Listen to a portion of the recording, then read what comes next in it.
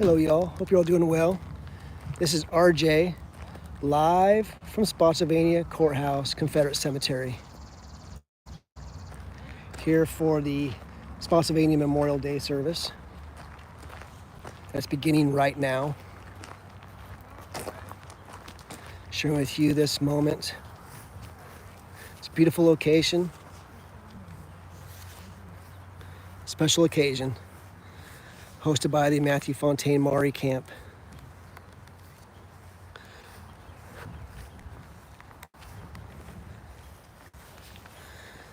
So I thought I'd share this with you because I know many of you would love to be able to be here for this annual ceremony that takes place here.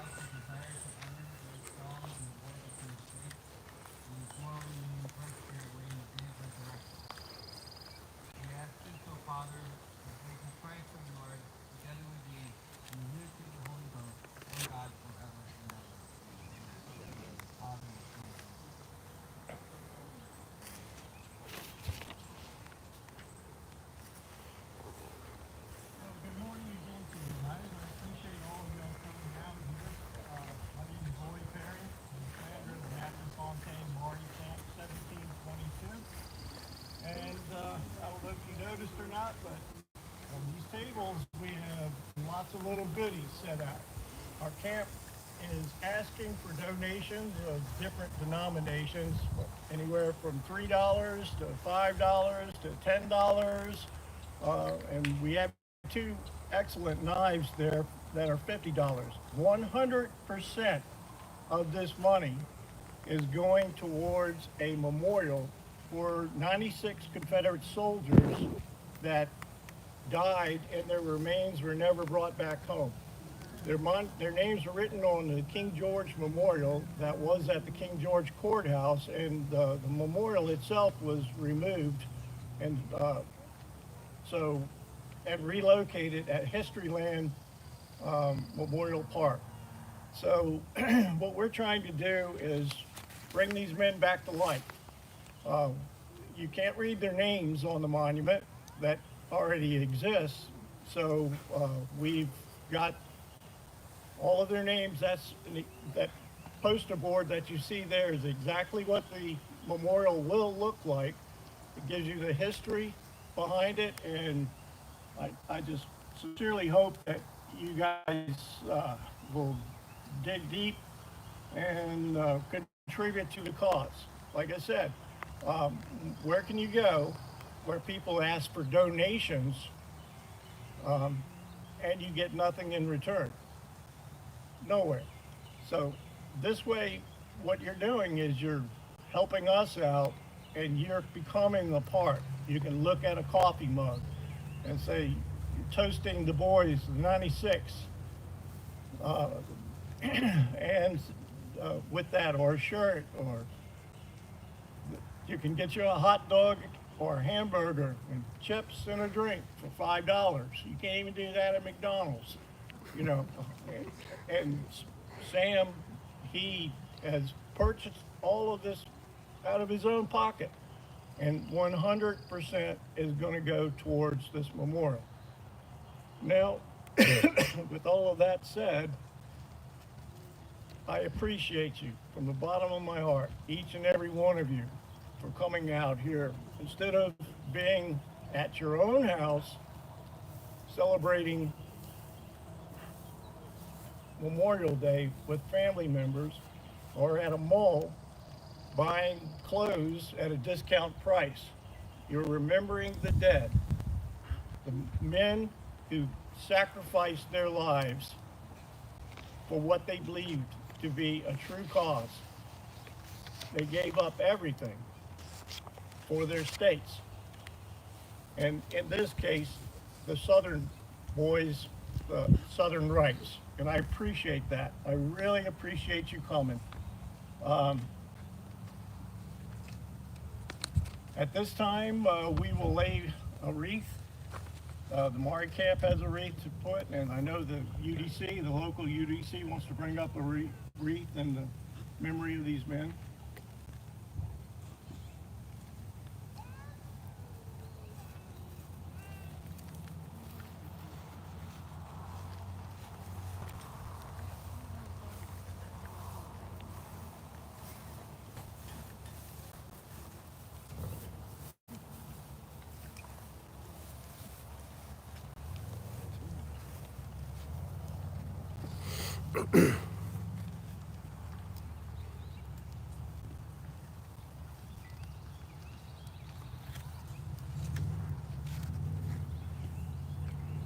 Now we'll have another visual remembrance. If you like the candles.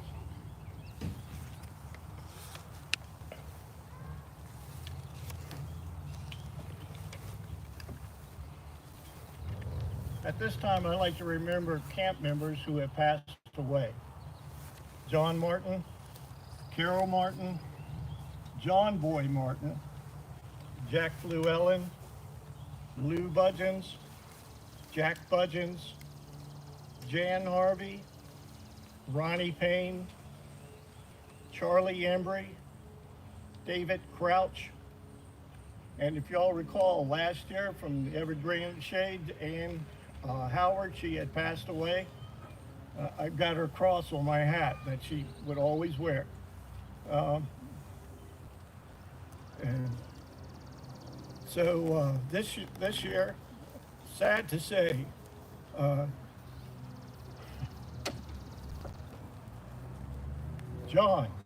John Toll, I don't know if you knew it or not, but he passed away.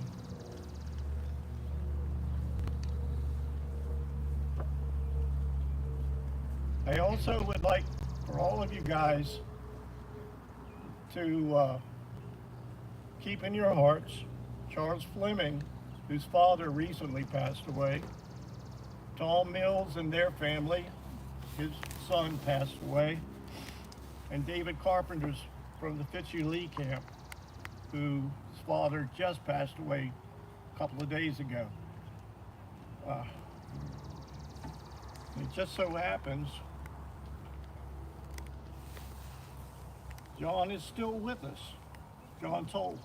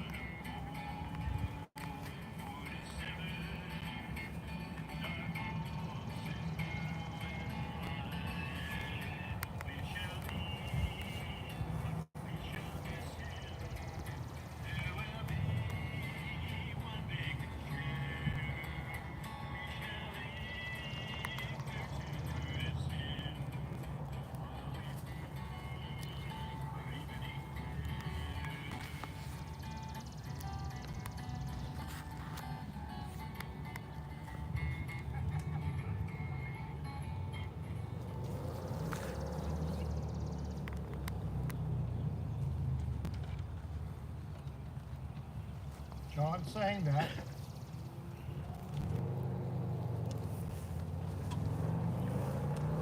Last year.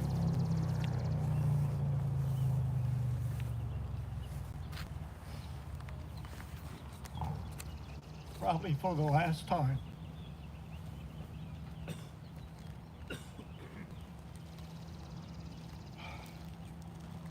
We also have a raffle going on for a 44 caliber Remington revolver drawing that will, at the end of the service, we'll pick the winner. And that's $10 for a ticket or 3 for 25. So I forgot to mention that. At this time, I'm going to ask Carolyn if she would release the birds.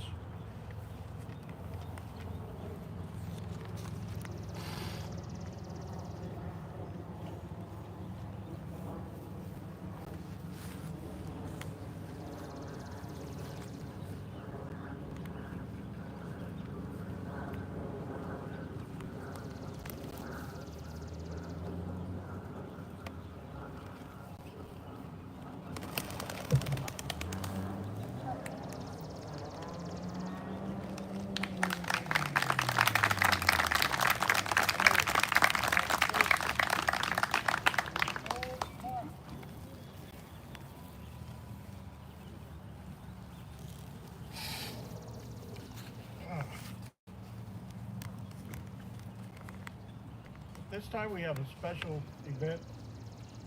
Debbie Page is going to be presenting the UDC War Medal presentation to one of our own, Brad Minna, who is now the 9th Brigade Commander.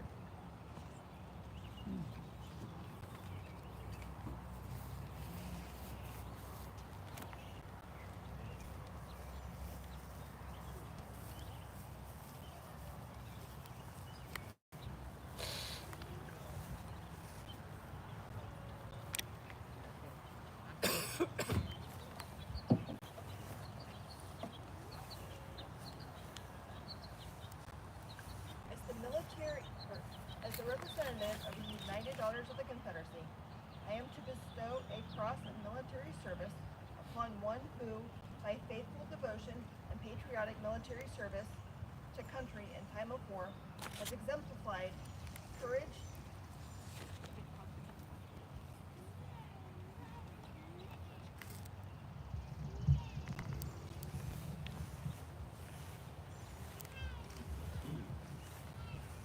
better?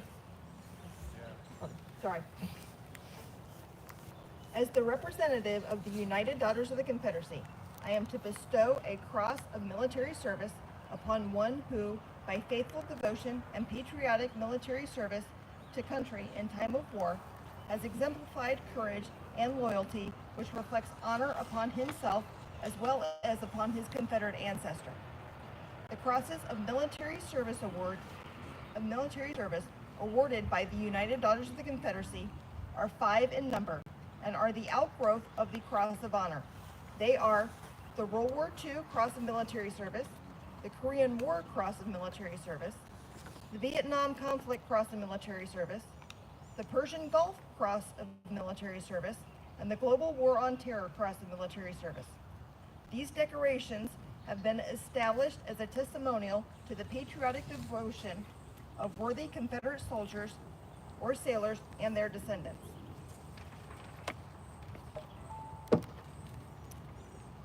Fortes creantur fortibus, the brave beget the brave. The United Daughters of the Confederacy has awarded the Cross of Military Service to one who will now be presented by me, Debbie Page, the Chapter Recorder of Military Service Awards, for the ceremony of bestowal. The assembly will please stand.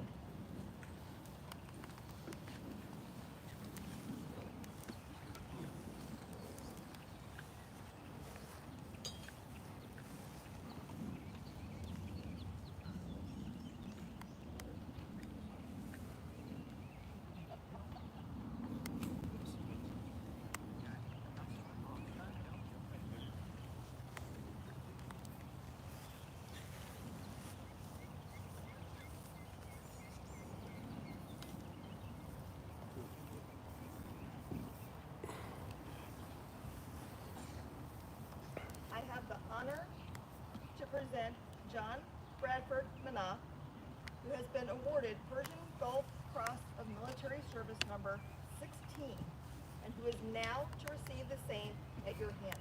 Will the assembly please be seated? The award reads as follows.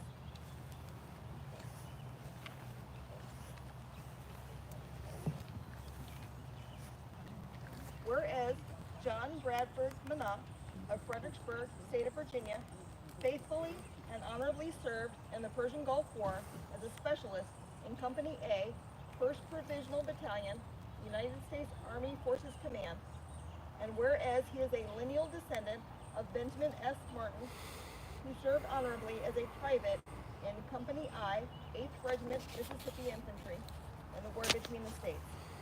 Now, therefore, the United Daughters of the Confederacy, in appreciation of his patriotic devotion to flag and country, hereby awards to him through Fredericksburg Chapter 163, Virginia Division, Fredericksburg, State of Virginia, Cross of Military Service number 16 on this, the 26th day of May, 2025. This award is presented as a perpetual memorial to the fact that as a descendant of a Confederate soldier or sailor, he proved worthy of his lineage. In witness whereof is given this certificate, duly signed and attested by Julie Hardaway, President General, and Tammy Herron, Recorder General of Military Service Awards.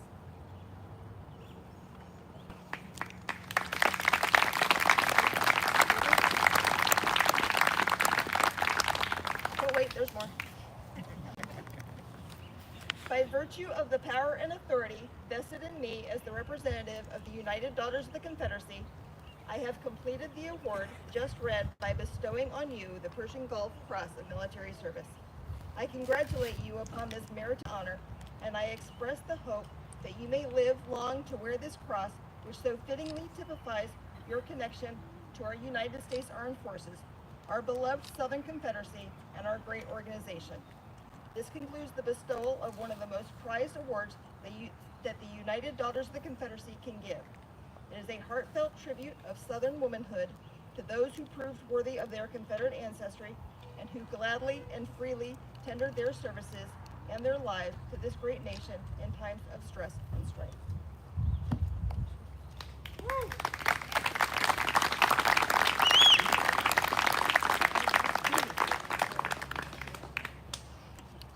Just came out last year.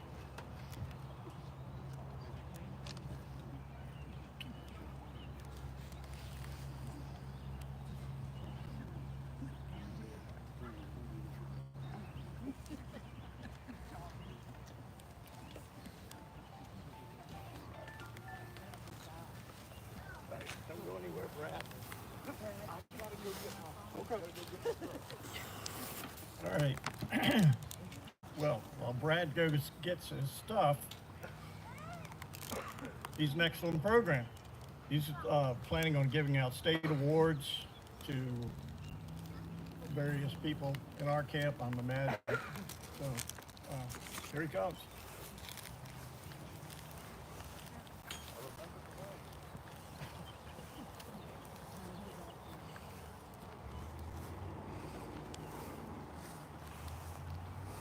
Whoever made the podium thought it out pretty well because it holds the musket up. For everyone who hasn't heard, I was recently recruited to be the brigade commander of the 9th Brigade, Sons of Confederate Veterans, Virginia Division. And one of the privileges that I have as brigade commander is I get to recognize those who have put heart and soul into the cause. And they have made our camp strong and one of the most vibrant camps in the entire Virginia Division. So I'm just going to call everyone out one at a time. And when I call, you'll step up here and be recognized for your service. Lewis Butkins, where you at, Lou? Now, I don't want to overtax you, Lou. I can bring it to you.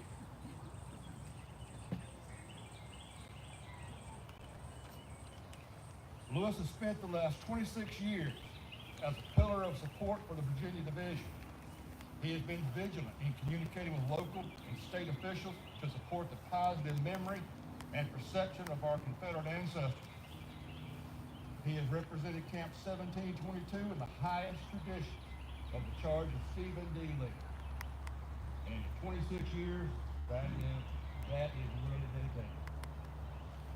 Congratulations.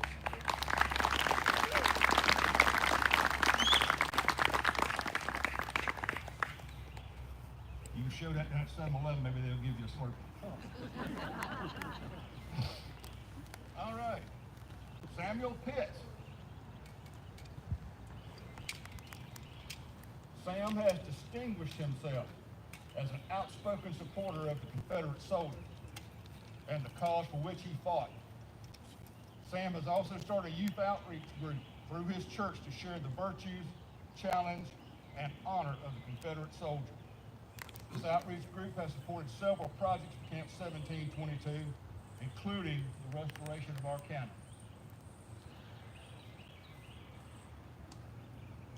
Any recognition? I cannot believe I put them in a war for specific reason.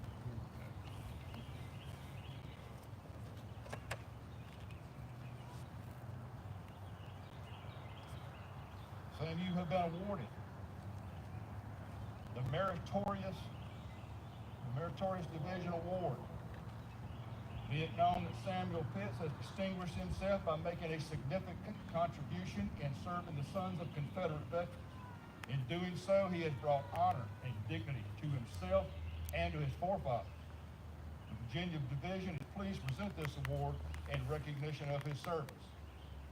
Whereas this award is presented under the hand of the Virginia Division Commander, April 12, 2025, and he is signed by Kenneth L. Bagg, Division Commander.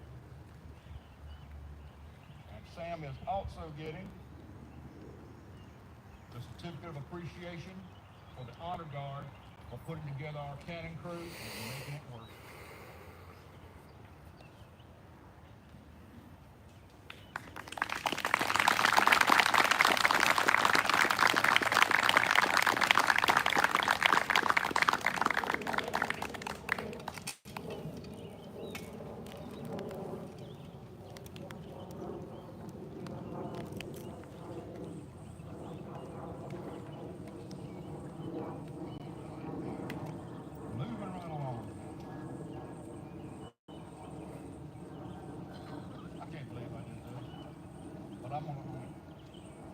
Got another one here. You got 3 awards. This is for the Virginia Division Distinguished Service Award, and basically the same narrative went into it. Sam has been an absolute dynamic wonder in our camp, and we are absolutely proud to have him with us. It's a pleasure and a privilege to serve with Sam.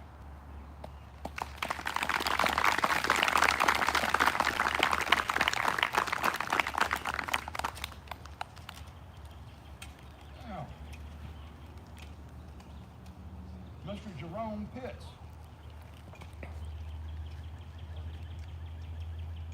No, they spelled your name wrong, Jerry. I'm sorry. Jerry Burton.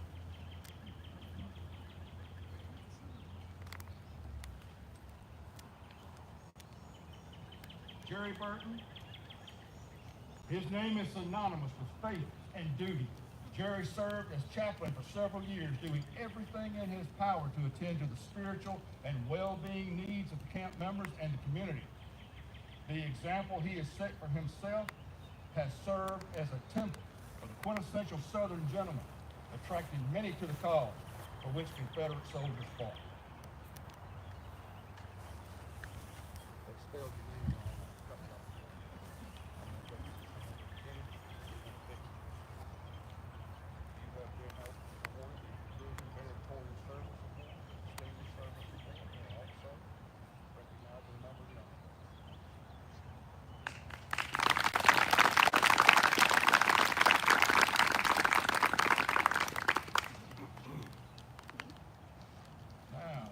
I got the rest of them in order.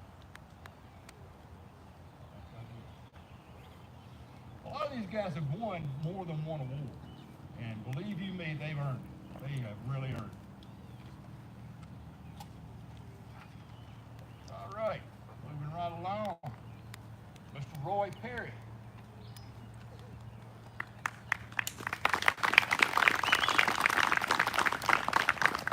Roy assumed the role of camp commander in 2020, and the camp has evolved dramatically. Roy has tripled the membership of the camp and has attracted members who have a remarkable skill set and group of talents that support the activities of the camp. His leadership has inspired each member of the camp to give their very best to support the camp and the Virginia Division. Roy has taken the camp in a proactive direction to the positive perceptions of the Confederate cause. In recognition, Roy, you have been awarded the Virginia Division Distinguished Service Award and the Meritorious Service Award, and also you have been recognized as a member of a honor. Roy has distinguished himself by his service to his Confederate ancestors. He has served the sons of Confederate veterans in an outstanding manner. In doing so, he has brought honor and dignity to himself and his forefathers. The Virginia Division of Confederate Veterans is pleased to present this award in recognition for his service and achievement, presented under the hand of Kenneth Badge, Virginia Division Commander, April 12, 2025.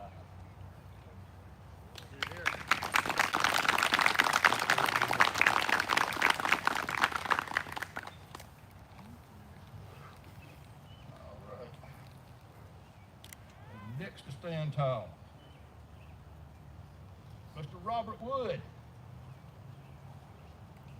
Yeah, that's you, Rob. The contributions made by Robert to Camp 1722 cannot be understated. Due to his personal initiative, Camp 1722 has a cannon to fire salutes during ceremonies. Robert also led the restoration project for the gun and is its caretaker. Robert has also been appointed as Secretary and Treasurer of the camp and has taken the roles with zeal and efficiency. He reflects the finest aspects of the memory of the Confederate soldier. In recognition, Robert, you have been awarded the Virginia Division Distinguished Service Award and the Meritorious Service Award, as well as a member of the Honor Guard.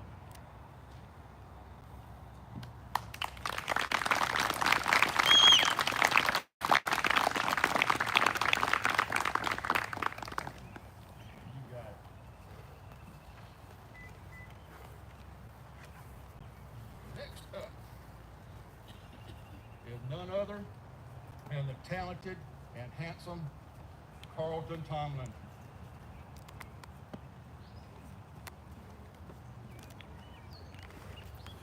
I wondered where you were. I thought you'd gone down to get you a piece of pizza at 7-Eleven or something. Carl has never passed an opportunity to create a positive image for the Confederate soldier by example. Carl is a long-term volunteer to represent the division at the booth during State Fair, working multiple shifts over several days. He has also taken over the role as Deputy Commander with enthusiasm and distinguished himself with his selfless dedication to the camp and the memory of the Confederate soldier. Carl, in recognition for your achievements and the inspiration you provide, you have been awarded the Virginia Division Distinguished Service Award, as well as the Virginia Division Meritorious Service Award, and a certificate naming you as a member of the Honor Guard.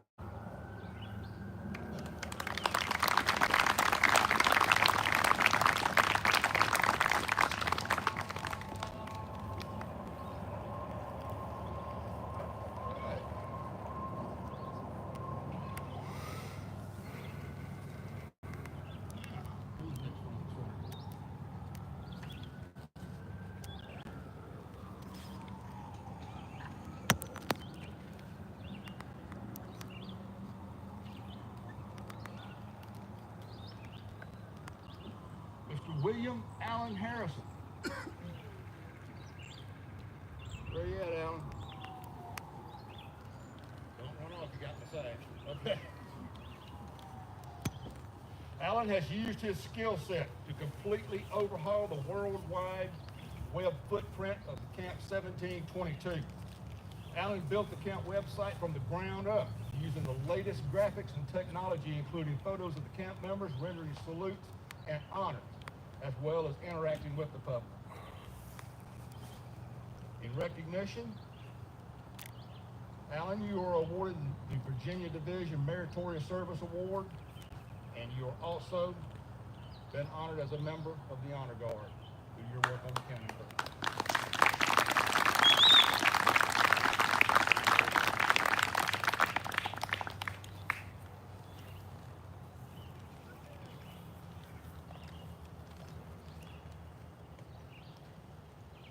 All right, we've got a couple more. I have two certificates to hand out to members of the Honor Guard. Daniel Thomas Davis, Robert John Hayward. Gentlemen, please step forward. As soon as you get your camera to it. Or you can bring it. Thank you.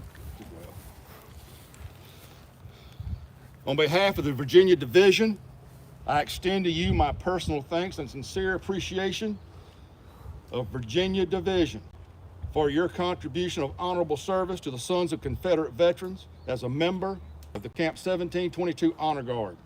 You have helped maintain a devotion to duty, spirit, and sacrifice in keeping with the proud traditions of our Confederate soldiers. As commander of the I get tongue-tied too easy. As a commander of the Virginia Division, I'm honored at this time to recognize your unwavering devotion to our Confederate soldiers. Signed, Kenneth L. Badge, Commander of the Virginia Division. Thank you.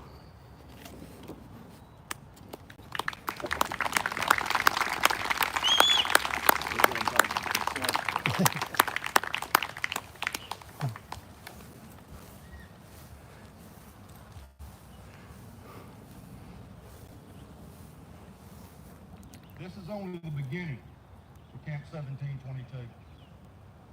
Since I have taken over as brigade commander, I've traveled widely in Virginia, even before I was made brigade commander. And I've seen other camps in action. I am extremely proud of every member of 1722. And next year, I hope to hand out even more awards, because these guys work hard and they get results. And I am pleased, privileged, and honored to be a part of the camp. Thank you, Mr. Roy Perry, Commander, for all the hard work you've done.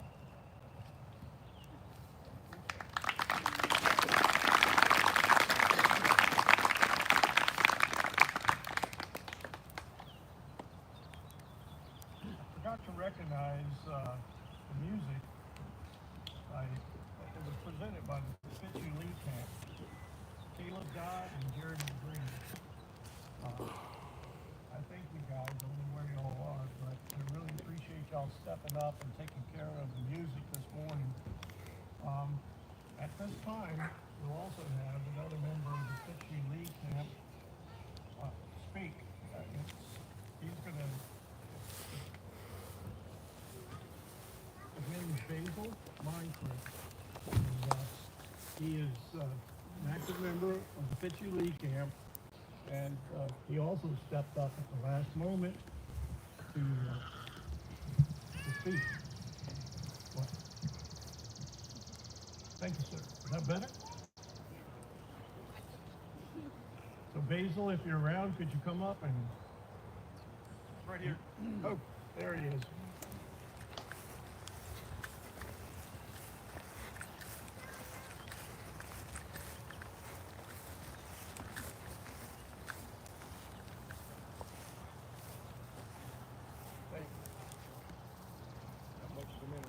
Oh, it's,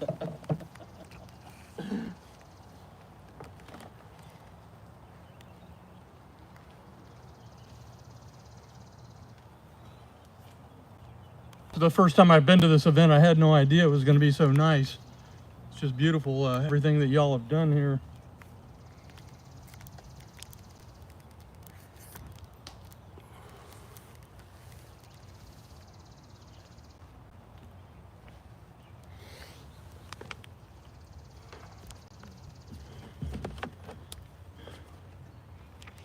As Roy said, if I talk too loud, let me know. I'm kind of hard of hearing, so I tend to talk too loud instead of not loud enough. Just start waving at me if I get too loud. I'm Basil Moncrief. I'm from the Fitzhugh Lee camp in White Oak. Our commander, David Carpenter, sitting over here. And I want to thank the Matthew Fontaine Maury camp and Roy for inviting me here. I usually talk about battles and historic buildings, and I know just enough about those subjects to speak extemporaneously on them. Today I'm discussing a topic that's new for me, and with your permission, I'd like to actually read my remarks. As an amateur student of history, I'll mention a few words about the origins of Memorial Day. I'm a Navy veteran, and I belong to a family with a deep tradition of military service, so Memorial Day has a lot of meaning to me personally. Per the United States Department of Veterans Affairs, this formal holiday was officially created by Mrs. Marianne Williams of the Ladies Memorial Association of Columbus, Georgia. Now, I mentioned the Department of Veterans Affairs because there are different versions out there of who created Memorial Day, or as it was called up until the 1880s or so, Decoration Day. But the official word from the Veterans Administration is that, or Veterans Affairs Department, is that it was Ms. Williams from Columbus, Georgia, who created it in order to honor the graves of Southern soldiers. Ms. Williams wrote an open letter to the press on the 11th of March, 1866, asking for assistance in establishing an annual holiday to decorate the graves of Confederate soldiers throughout the South. The letter was reprinted in several states and met with great support. Plans were made for the first Decoration Day to be held across the South on the 26th of April, 1866. During this first observance, the Ladies Association also decorated the graves of Union soldiers that were buried in the South and mentioned in their memorial services the grief that was common to all families. Northern newspapers took note of all this and established their own Decoration Day for Union soldiers on the 30th of May, 1868.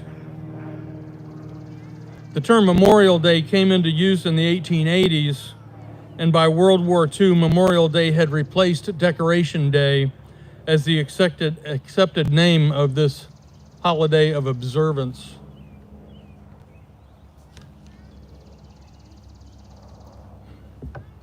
So why is this cemetery here in Spotsylvania County? There's a larger story to that that's also tied directly to Memorial Day.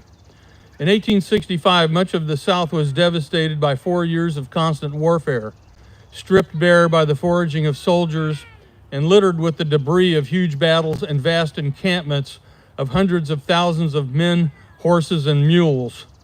The destruction of farms and houses, cities and towns was made all the more horrible by the presence of thousands of shallow graves, the hastily prepared resting places of those men who died from wounds during the battles and who died from disease every day of the war. These graves were hurriedly dug by Army comrades, oftentimes marked with a makeshift wooden tombstone, in hope that the identities of the dead soldiers and their final sacrifice would be remembered. Ideally, their mortal remains would be later claimed by family, and the soldiers' bodies would be returned to their homes, usually someplace far away. Long before the war's end, numerous of these shallow graves, especially near the larger battlefields and encampments, had been desecrated by wild animals and natural erosion.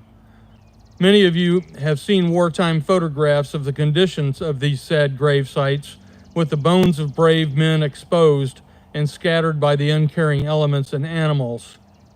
Nowhere in America was there more wartime bloodshed, more destruction of the countryside, or more death by disease than Virginia. The vast majority of all fighting in the East was here in the Old Dominion, and the worst of that fighting in Virginia was here in Spotsylvania County. The Battle of Fredericksburg, the Battle of Chancellorsville, the Battle of Spotsylvania Courthouse, and the Battle of the Wilderness were all fought here in this county. The staggering human toll of just these 4 battles was 107,866 killed, wounded, and missing. For reference, the civilian population of Spotsylvania County during the war was about 12,000 people. I'll mention a local interest story. In May of 1865, General William T. Sherman was visiting Washington, D.C. after the surrender of Confederate forces in North Carolina effectively ended the war, and he wanted to visit the local battlefields while he was in the area. At the Mule Shoe salient of the Spotsylvania Courthouse battlefield, Sherman witnessed the entire area of that bloody battle, still covered with clothing, cartridge boxes, knapsacks, and unburied Union soldiers. This was almost exactly a year after the actual battle. Later, Sherman told President Johnson what he had seen and that the National Cemetery project that had started during the war needed to proceed as quickly as possible. The Union started the National Battlefield Project in 1862. So how did all these men die? They died from both battle wounds and disease, with disease typically being the more commonplace. Of the soldiers who were killed in action during the war, the most common cause was rifle fire. The outdated infantry tactics of massed marching assaults being used against massed relatively modern infantry rifles usually resulted in catastrophic casualties for the attackers. Although artillery fire was sometimes lethal, and hand-to-hand fighting with the bayonet did sometimes occur, like right behind me at the bloody angle of the Spotsylvania Courthouse battlefield, the real killer on Civil War battlefields was massed rifle fire used by prepared defenders against tightly packed assault troops. The war between the states was a somewhat modern war with new advances in the technology of killing. The advent of rifled muskets firing Minié balls had the most impact. These rifles fired bullets with over twice the range and accuracy of older smoothbore muskets. Unfortunately, many generals on both sides were still using the outdated infantry tactics of the Napoleonic Wars. Thousands of closely crowded soldiers marching in ranks against thousands of defenders who were in prepared positions.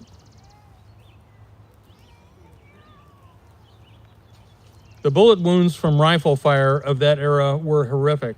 A modern military rifle bullet is 5.56 millimeters in diameter. The typical Civil War battle was about 13.7 millimeters in diameter, well over twice as large. The weight of a modern military bullet is about 55 to 62 grains with a hard metal jacket. A Civil War bullet was about 500 grains, almost 10 times heavier, and made of soft lead that expanded even more on impact. The wounds were horrible, and although some medical knowledge did advance during the war, military doctors of the time still used techniques such as bloodletting, blister therapy, and purging as medical procedures. Drugs such as morphine, chloroform, and quinine existed, but there were no antibiotics, which is what was really needed to treat the wounds. Treatment of the wounded was rudimentary surgery, tourniquets, and amputation. Chances of a badly wounded soldier recovering were usually slim.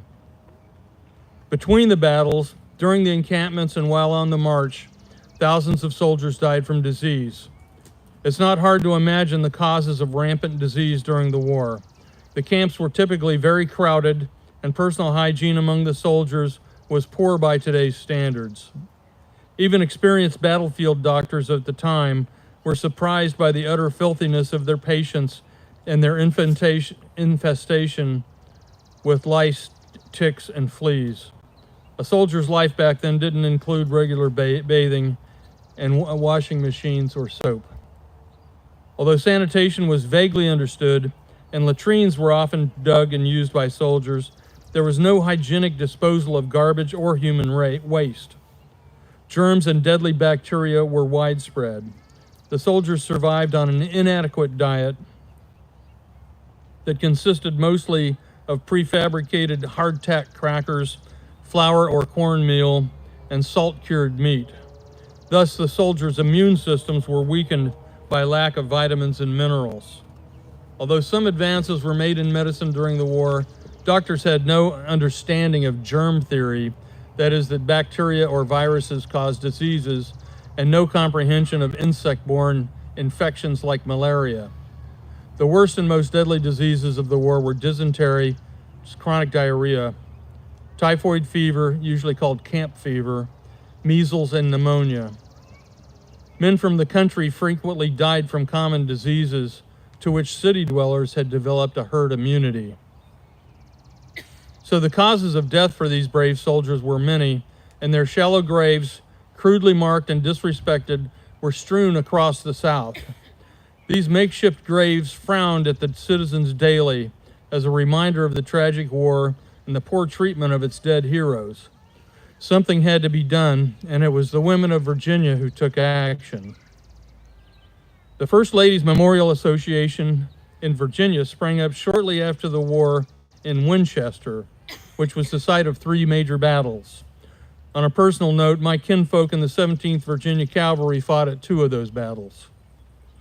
Mary Dunbar Williams of Winchester organized a group of women to give proper burial to the Confederate dead whose bodies were scattered across the countryside, and to decorate those soldiers' graves annually. In the summer of 1865, the Winchester women appealed in newspapers for financial aid, and soon money became available for the Ladies Memorial Association to begin properly burying Confederate soldiers at Winchester Cemetery. Soon, this much-needed activism had spread throughout the southern states, and by 1866, the women here in Spotsylvania had formed a Ladies Memorial Association. They set about raising money and acquiring cemetery land for the hundreds of unattended makeshift burial plots across the county. Later in 1866, the association established this Confederate cemetery right here on 5 acres of land about a half a mile northeast of the Spotsylvania Courthouse.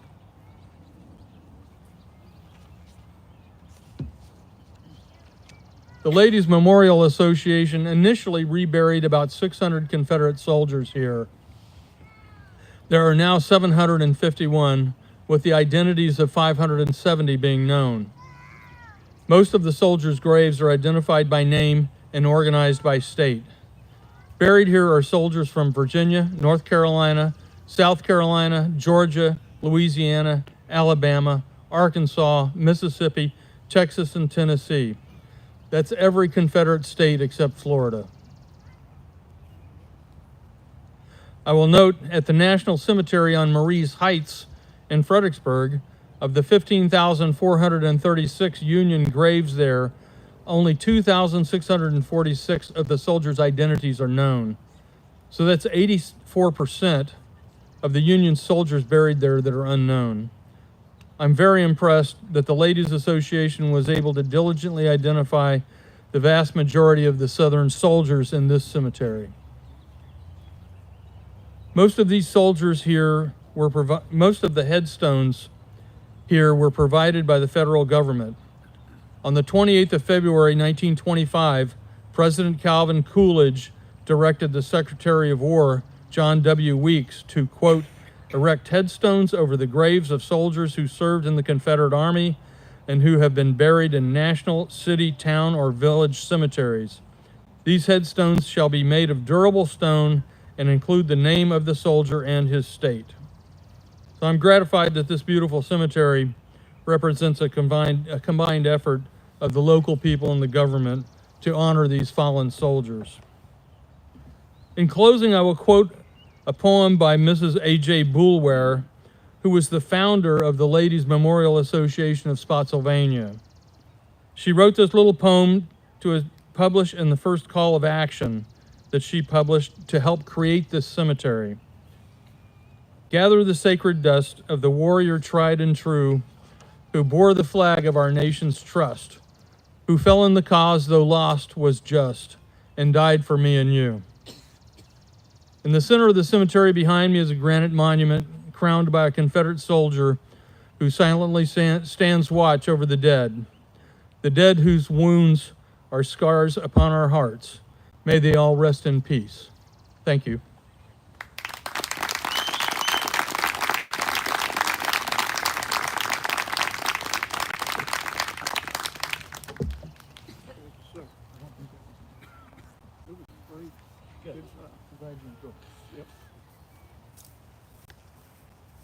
At this time, I've asked Carolyn Estner if she would read a poem called The Sentinel.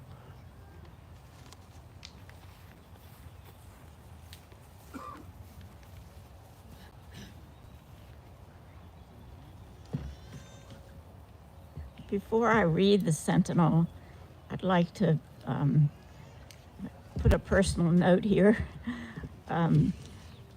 My family owned Elwood for many years prior to my father's turning it over to the National Park Service. And my dad loved to write. He was an OBGYN who practiced medicine here for many, many years. But he loved history as a second to that. And he wrote at one time about Stonewall Jackson, and he said, while Stonewall Jackson of the Thunderbolt flanking attack lay dead of his wounds a few miles away, 2 privates in his famous Stonewall Brigade sat about their campfire. They talked sadly of the great deeds of their late chief. Never again would he crush Federal right flanks as at Chancellorsville. Finally, after their discussion had begun to lag, one said, quite soberly, to the other, when St. Peter heard old Jack was dead, he sent 2 angels to conduct him to heaven in proper style. They hunted for him everywhere, all over the battlefield, but there was nary a sign of him. Finally, crestfallen and ashamed, they reported back to St. Peter. The keeper of the gates laughed at them and said, "You forgot old Jack's reputation.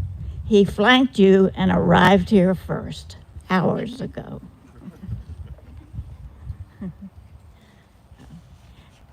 As I read The Sentinel, which is written by Roy Perry, I ask you to watch the statue behind me, the Sentinel over this cemetery.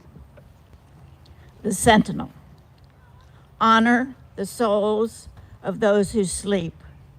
Praise the men beneath my feet, whose names are lost but lie at rest. The sacred bones who did their best and now are pressed beneath the stones. Amid a grave I call my home, for I alone, with gun in hand, stand day by day upon this land and hear them speak, who lay abreast. I know through death they did their best to save the South, which once was home, and split their blood while families groaned who combed this land and asked of God to find the souls of those they loved. And they who rest that were brought here, gathered from fields both far and near, they tell the tale of death's great cost and mark this ground in valor and loss. As time passed by and mothers searched for loving sons, engulfed by earth, the wind would sound, "Look, here am I."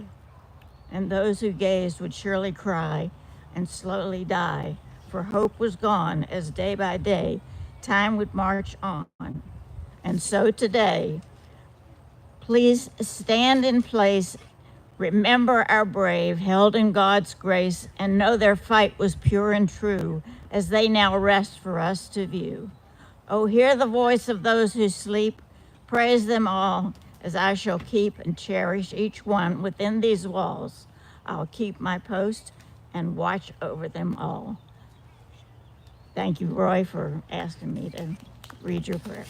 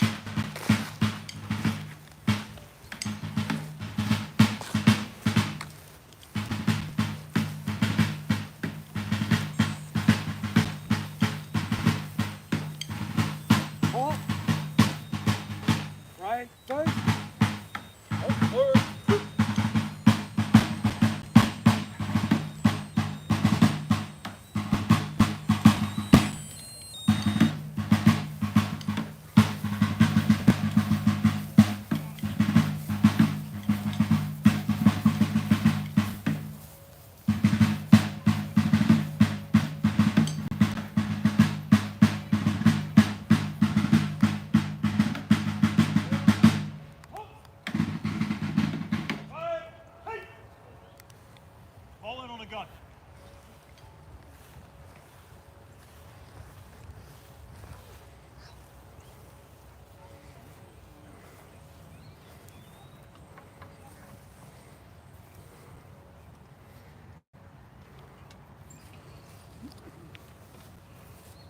Load your piece! Order armed.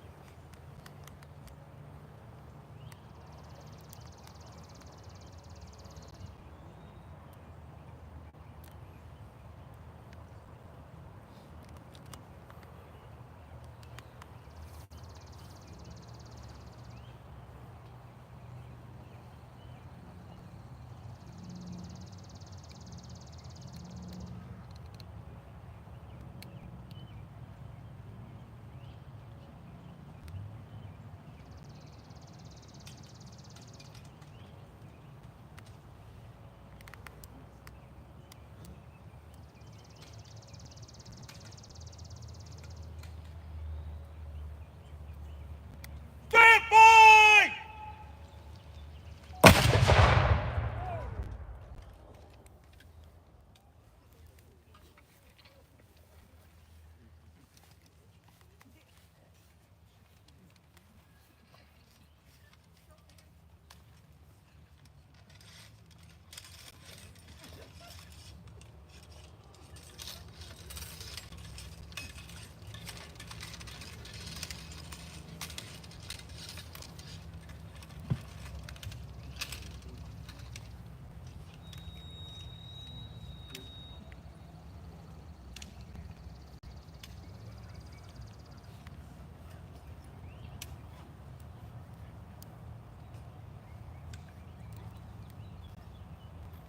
Aim!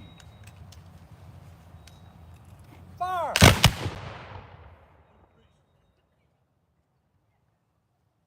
Order armed.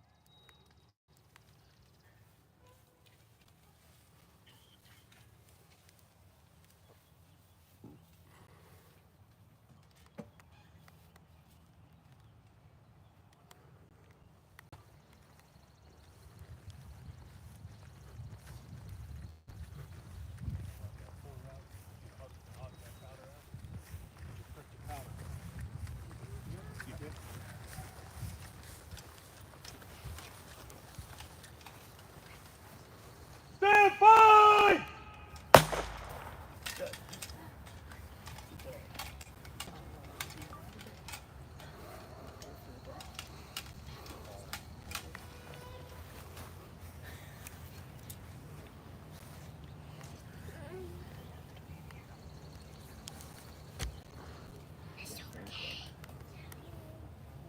Doesn't feel like it's down there.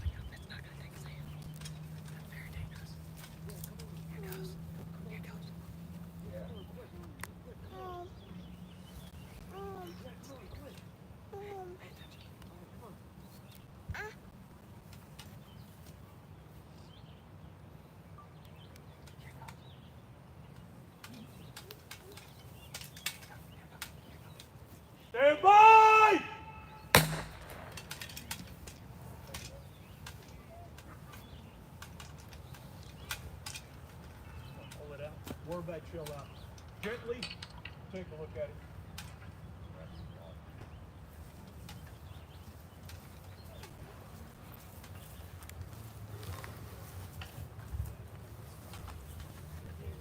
Good, how you doing?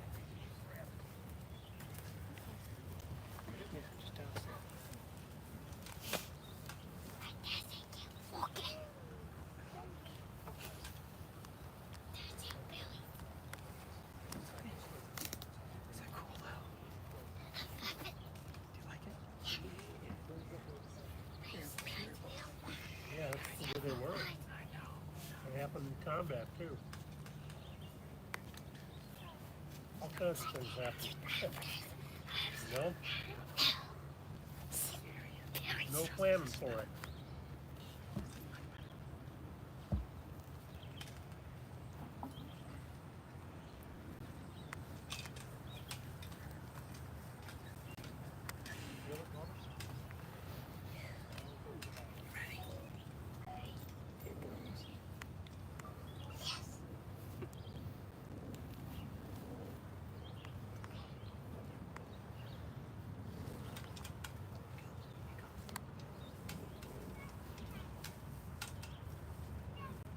Stand by!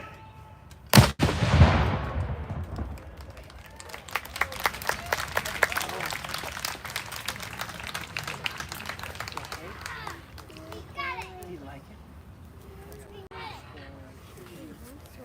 No, they're gonna shoot those. You think about Reload the feet. Watch out, they're gonna reload now.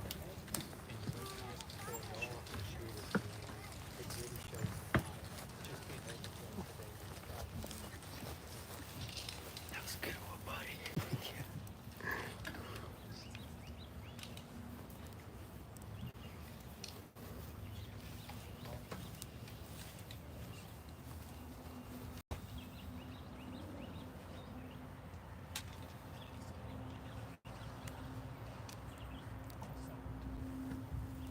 Oh, here comes the police officers.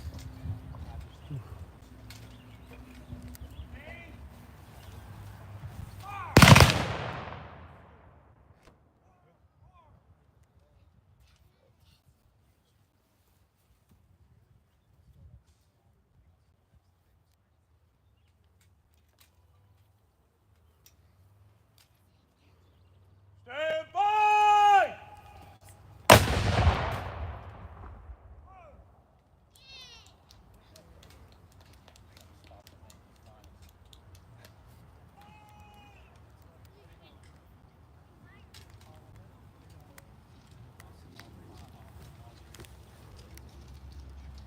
Detail, attend, hut! Right, hey!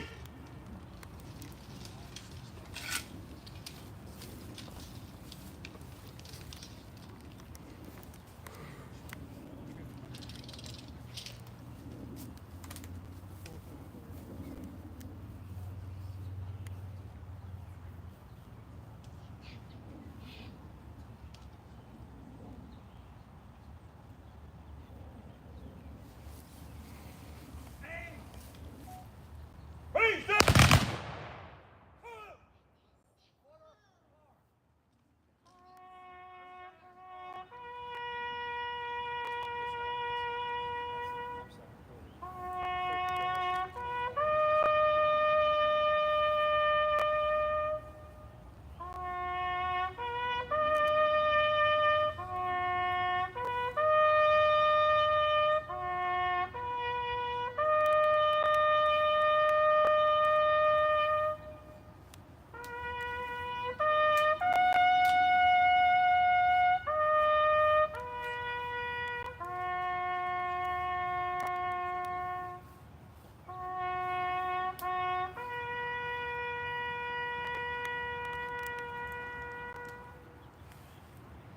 Order!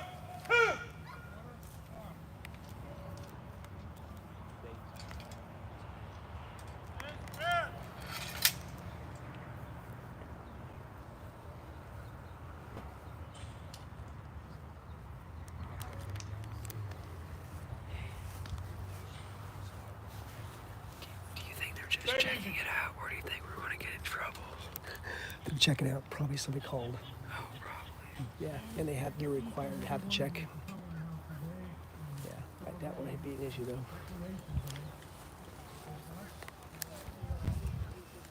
You haven't eaten, $5. Get you a hamburger or 2 hot dogs and have a check. So please help yourself and support the cause. Thank you, sir. Man, children, all of you. Thanks for coming. Really?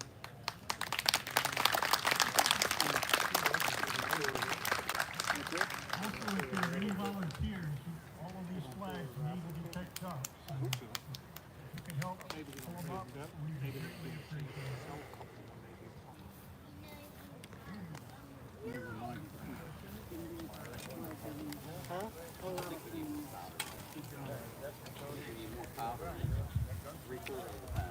I think it's just so skinny down there. There's such a thin All right. I could feel it. I could feel I was going through something. So that concludes the ceremony here at Spotsylvania Courthouse, Confederate Cemetery.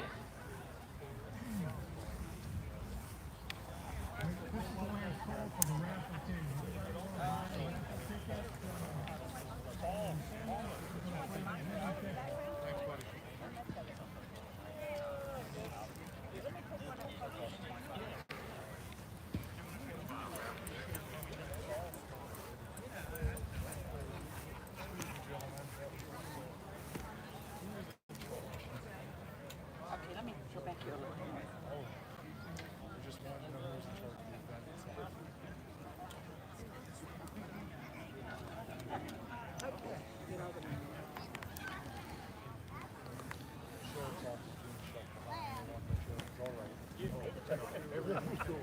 Yep, our communication officers are up in dispatch saying yep, we want to make sure everything's all right. I was like, Hey, Rob. oh, trust me, I would not be standing on that side if you weren't. Was it rattling the windows over there? Are you all going to be shooting? That was it? Okay. No, just because I guess nobody warned them over there and they were handling calls and then immediately. I don't think that's true. Trust me, I can believe that as well. They weren't, the memo wasn't passed over Yeah, to them. no, I got it. Somebody didn't get the memo. The dissemination. No, we talked to you guys. Because even this morning when I was out there, I'm like, I saw everyone setting up. I'm like, and I heard the test. I'm like, I can get behind it. That one freaked them out. It's good training. So sharing this with you once again, the ceremony for here at Spotsylvania Courthouse, Confederate Cemetery. Looks like the sheriff was coming to check to see if everything was okay. Apparently, it kind of took him by surprise when he heard the large explosion, which is so officers are nearby.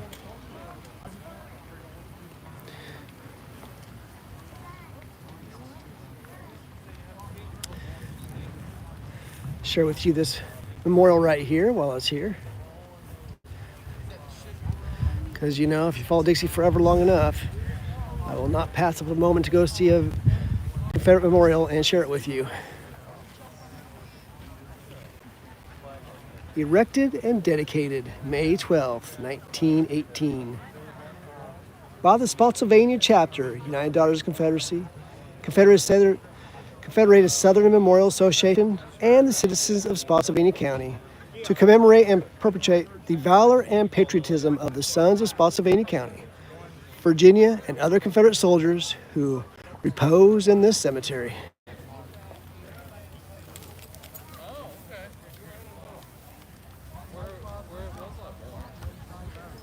Lest we forget.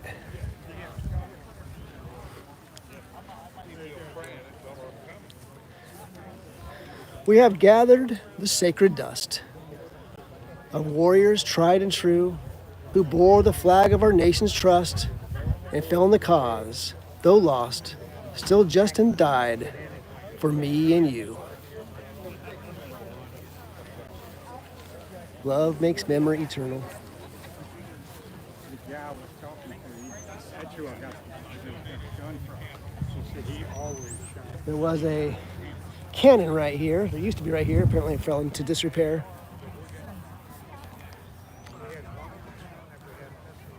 Y'all look wonderful.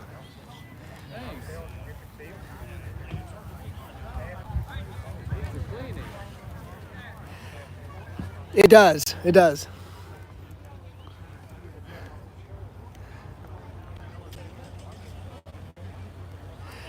So, walk through here just briefly.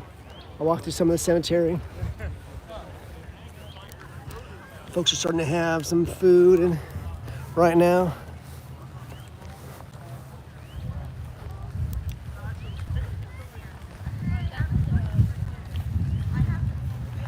So this is a Confederate cemetery. There's roughly about 700 or so that are buried here.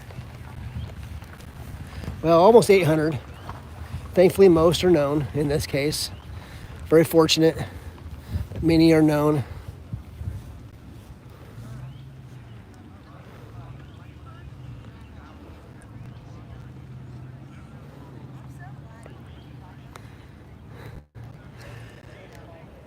And they are buried by state. So if I walk through here, clearly see that this section right here is for those who are buried in Virginia. And the unknowns have been decorated with a Army of Northern Virginia flag. So you can see North Carolina right over here.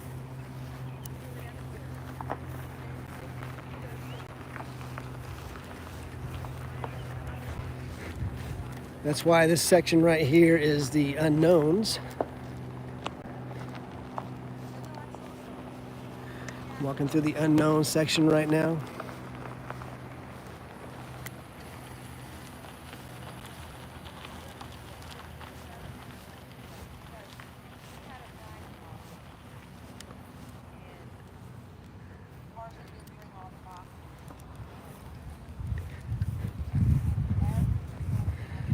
Continue on over here. I'll go ahead and finish this up here in just a little bit. Glad to be able to share this ceremony with you. This is the annual ceremony that takes place here in Spotsylvania Courthouse, Confederate Cemetery in Spotsylvania. This is only barely a 10-minute drive from Fredericksburg. It always takes place on Memorial Day. Usually on this Monday, usually at 1 o'clock, so keep that in mind. Put it on your calendar. A heads up, just don't make it first, because I'm going to be out of town. But I will meet you here maybe after March. You see right here the final resting place. Thank you, Al. You're welcome. And you can see how it's laid out here, the layout of the Confederate Cemetery. The plat indicates the sections corresponding. So here is this central circle, of course, right here. And it's separated by these sections. Yes, you see up here Tennessee and Arkansas and Mississippi, Virginia, North Carolina. Just walk through this part. Just walk through here with the video camera. The unknown, the Virginia, the Georgia, the Alabama, the Louisiana section. So they're all around here.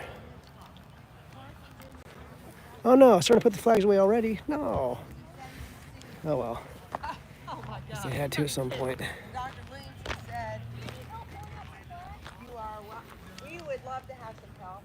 I have boxes for all these that are unknowns. Is it all of these, or is it we need to like these discretionary? No. Every flag. Okay. Genevieve, how did that go? And Go get it, Maggie.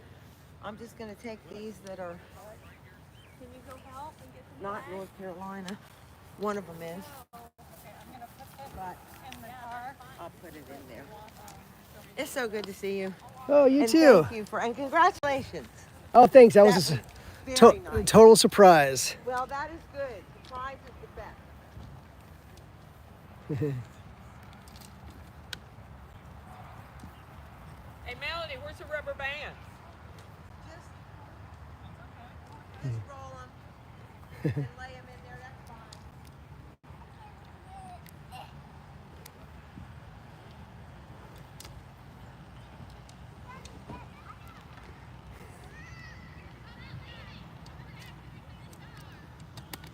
I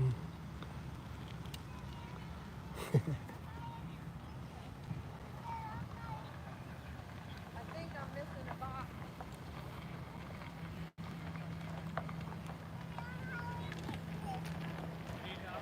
I got so confused.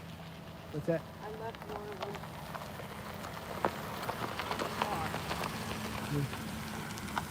What did you do? I left the Virginia box in the car. I'll go get it. All right, I'm gonna go ahead and finish this up for now. Okay. Because looks like somebody that's gonna be here today, but I haven't seen him yet. His name's Andy.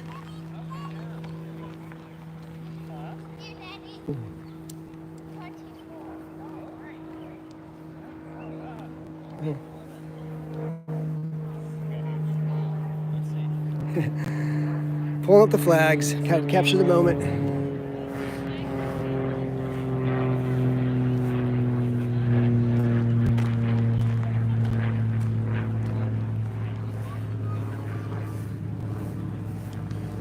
All right, y'all, from Spotsylvania Confederate Cemetery, Spotsylvania, Virginia, sharing this moment with you today, the ceremony, and wrapping this up for now.